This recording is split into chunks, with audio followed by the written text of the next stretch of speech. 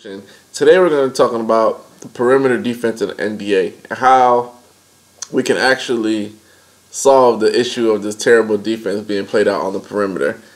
Isaiah Thomas, actually, not the young one, but the Hall of Famer, two-time NBA champion, he broke down a couple days ago how the perimeter defense is being played today, where there's a lot of switching going on.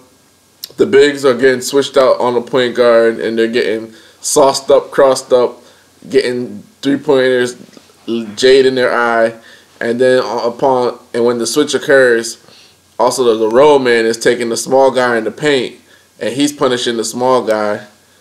And on top of that, when the big man takes the smaller guy, and the point guard gets past the big man that switched out to help, then they go ahead and they get past the big man, and the only person left to beat is another small guy.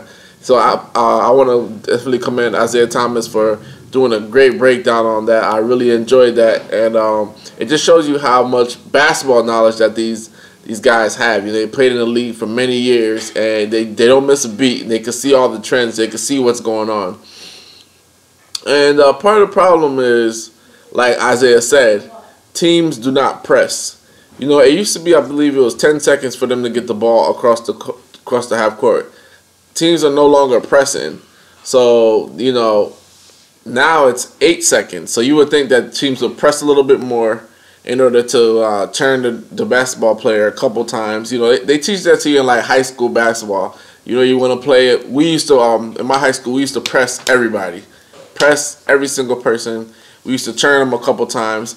And that would kind of like dwindle down the shot clock. So this way, they wouldn't be able to have a lot of options. Because like Isaiah said, a lot of teams, guys are walking the ball up the court, and they just have all the time in the world to, you know, run their offense, run their stuff. If you throw off their cadence and you press them, that'll be something that could be beneficial. So, like Isaiah said, that's something that teams should be doing. That's part of the answer to it. But I think the best way in order for us to ramp up the perimeter defense and the interior defense, teams strictly have to stop switching. I don't understand why every single play teams switch out. Like, why are guys so lazy? They die on the screen. So whenever they get hit with a screen, they never try to fight over it. You know, it's not like the days of Derek Fisher when he would hit you with the forearm, you know, if you try to hit him with a screen, you know. Or like when in Kobe in his prime, you know, these guys used to fight over screens. Now it's just like, okay, switch. Okay, switch. You know who does that a lot? Any team that plays the Cleveland Cavaliers, besides the Spurs and the Warriors, they switch every single pick and roll. And it makes absolutely no sense. It's not going to help you, because if you switch to somebody like a LeBron or Kyrie Irving, they're going to cross up the big man, and then or they're going to lob it to you know, like Mozgov or Thompson. So switching does not help. Just fight over the screen. If they re-screen, fight over the screen again. So one of the answers to the whole issue, besides pressing, is fighting over the screen. Like, they teach that how you do that. You know, you have to have the proper footwork. You know, you just kind of step over the screen a little bit, and you hedge him towards the help. So this way, if he goes over, you just kind of go around the defender. I mean, that's basic basketball. And Greg Anthony was saying that they don't drill that enough because in the NBA there's not a lot of time for practice. But they don't drill it enough, but why don't you just practice it yourself, by yourself? Practice, you know, get a bean bag and practice going over the bean bag or whatever. You know what I'm saying? Like, it doesn't make any sense how guys are so lazy that they don't want to fight over a screen. Because you fighting over the screen, you could guard your guy better than the big guy. The big guys aren't used to guarding guys on the perimeter or on the wing, and that's why they get, you know, crossed over all the time. It's like a shame. It's crazy. It's like watching like Kyrie Irving, Stephen Curry with the basketball on the 3-point line against a big man. It's like, it would be like watching Shaquille O'Neal back down a teenager in high school that's 5'4". It's like there's no chance. There's no chance for you besides them just missing a shot. So part of the solution is Pressing, fighting over the screen. Another thing that I see people don't do enough of is trapping. Trap the screen immediately. You know, let's just say like Mozgov is setting the screen or something like that. Trap the screen, and then they have to release the pressure by giving Mozgov or another big man the ball. I mean, besides Draymond Green, there are not a lot of great decision makers for pick and roll players. So let the big man, who's a poor passer, make that decision. Let him do that. Let him make that decision. Let a Bogut or let a guy that can't shoot the basketball at all whatsoever make that decision. You trap the screen. You take out their best player. Number one.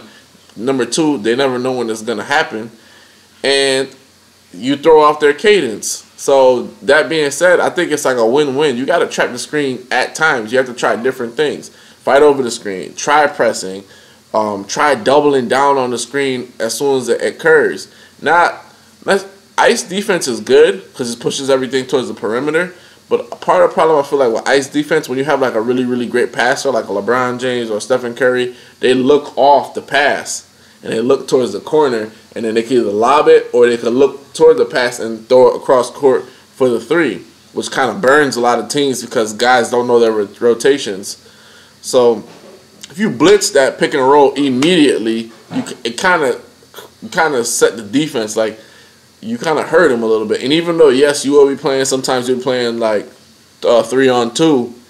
You would rather have the big man having the ball trying to make a decision that he's not used to making, as opposed to the best decision maker, which is a Curry, a LeBron, a Kyrie Irving. So, you know, pressing is one, fighting over the screen is another, blitzing the pick and roll is another. Just straight blitz them from the top of the key. You see what I'm saying?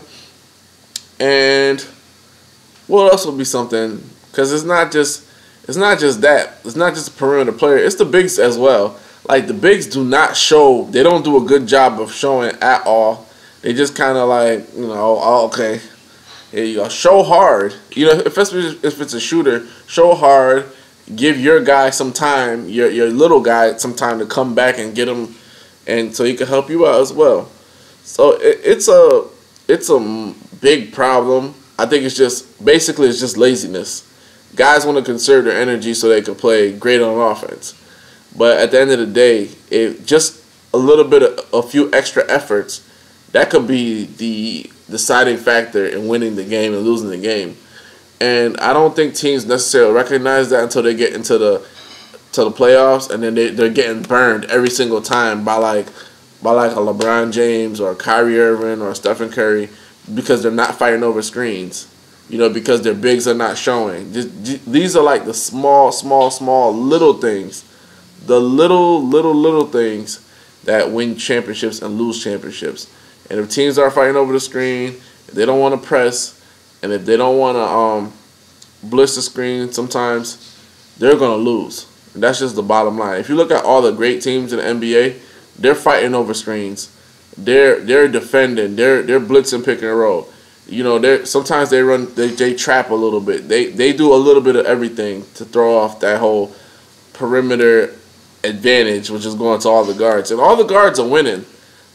Lillard, Curry, Irving, McCollum, all of them are winning. All of them are winning. If you look at all the highlights, all the Devin Booker, all the point guards are killing NBA because perimeter defense is really, really crappy. It's really, really sucky. Like, teams have to make a conscious effort. Like, it's all effort. It's all effort. You gotta get your system, do a little bit more effort, and try different things to see how you could go ahead and defend it.